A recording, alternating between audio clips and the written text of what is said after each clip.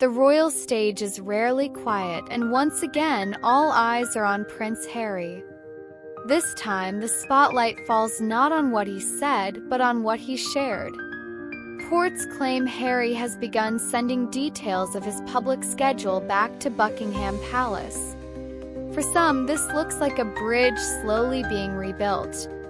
For others, it feels like carefully timed choreography, a performance more than a peace offering.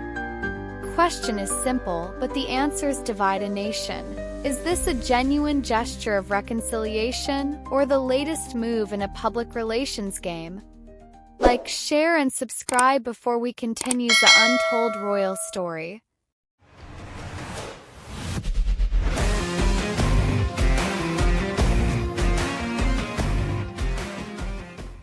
Let's step back. Ever since Harry and Meghan made their dramatic exit from royal duties in 2020, the relationship between the Sussexes and the palace has been defined by distance, statements, and explosive interviews. The split reshaped how the monarchy presented itself to the world, and how Harry and Meghan crafted their new image abroad. Now, years later, Harry's decision to share his schedule seems small on the surface, but symbolically it may be enormous.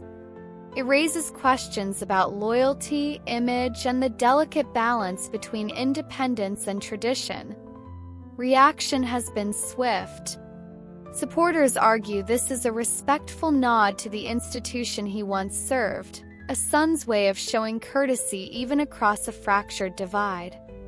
They see it as a mature move, a step toward rebuilding trust with his family. But others suggest the timing is too precise, too polished. Why now? Why publicize it? Could this be less about family ties and more about maintaining relevance in the royal narrative? The symbolism. In the royal world, gestures are rarely simple. Every wave, every glance, every announcement carries weight. Sharing a public schedule sounds administrative, but within the monarchy, it signals recognition. It means Harry still acknowledges the palace's authority to be informed, even after stepping back. That, for some, is the closest thing to an olive branch. Yet the same act can also be read as controlled theater, ensuring headlines, ensuring presence, ensuring that Harry remains part of the conversation.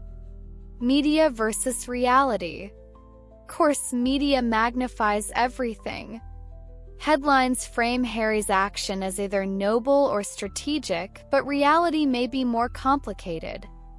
Did Harry intend to soften tensions, or did his team simply see advantage in letting the world know about this cooperation?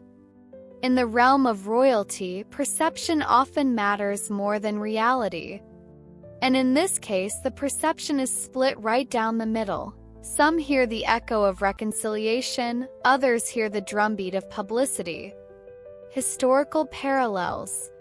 History is full of royal figures who use timing and symbolism to shape narratives. Princess Diana's public choices were scrutinized in much the same way. Her visits, her fashion, her words.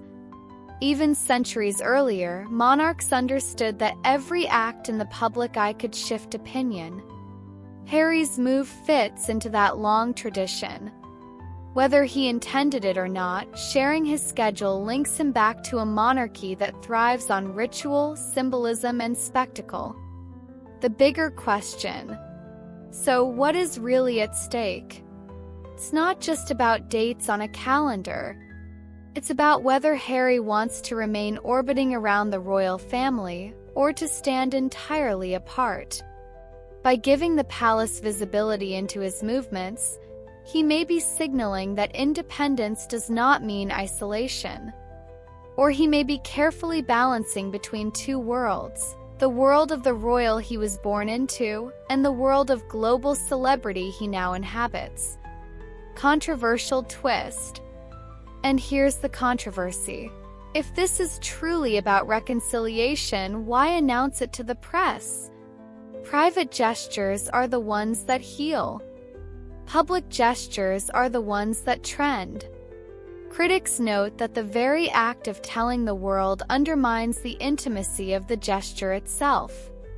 Was this a private bridge being built, or a public performance staged for maximum attention? That question cuts to the heart of modern monarchy: sincerity versus spectacle. Closing reflection. At its core, this story reminds us how fragile and fascinating the royal narrative remains. One act by Prince Harry, sharing a schedule, has ignited debates on loyalty, image, sincerity, and strategy.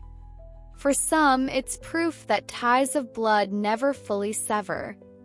For others, it's proof that in the 21st century, royalty and celebrity can no longer be separated. Whether it is reconciliation or PR, one truth stands firm: the monarchy's story continues to be written not just in palaces and parliaments, but in headlines, broadcasts, and public perception. So where does this leave us? Is Prince Harry offering a genuine olive branch, or is he ensuring his name remains etched into the royal script? The world may never agree, but one thing is certain: in the theater of monarchy, every move matters and every gesture, genuine or not, shapes the story we tell tomorrow.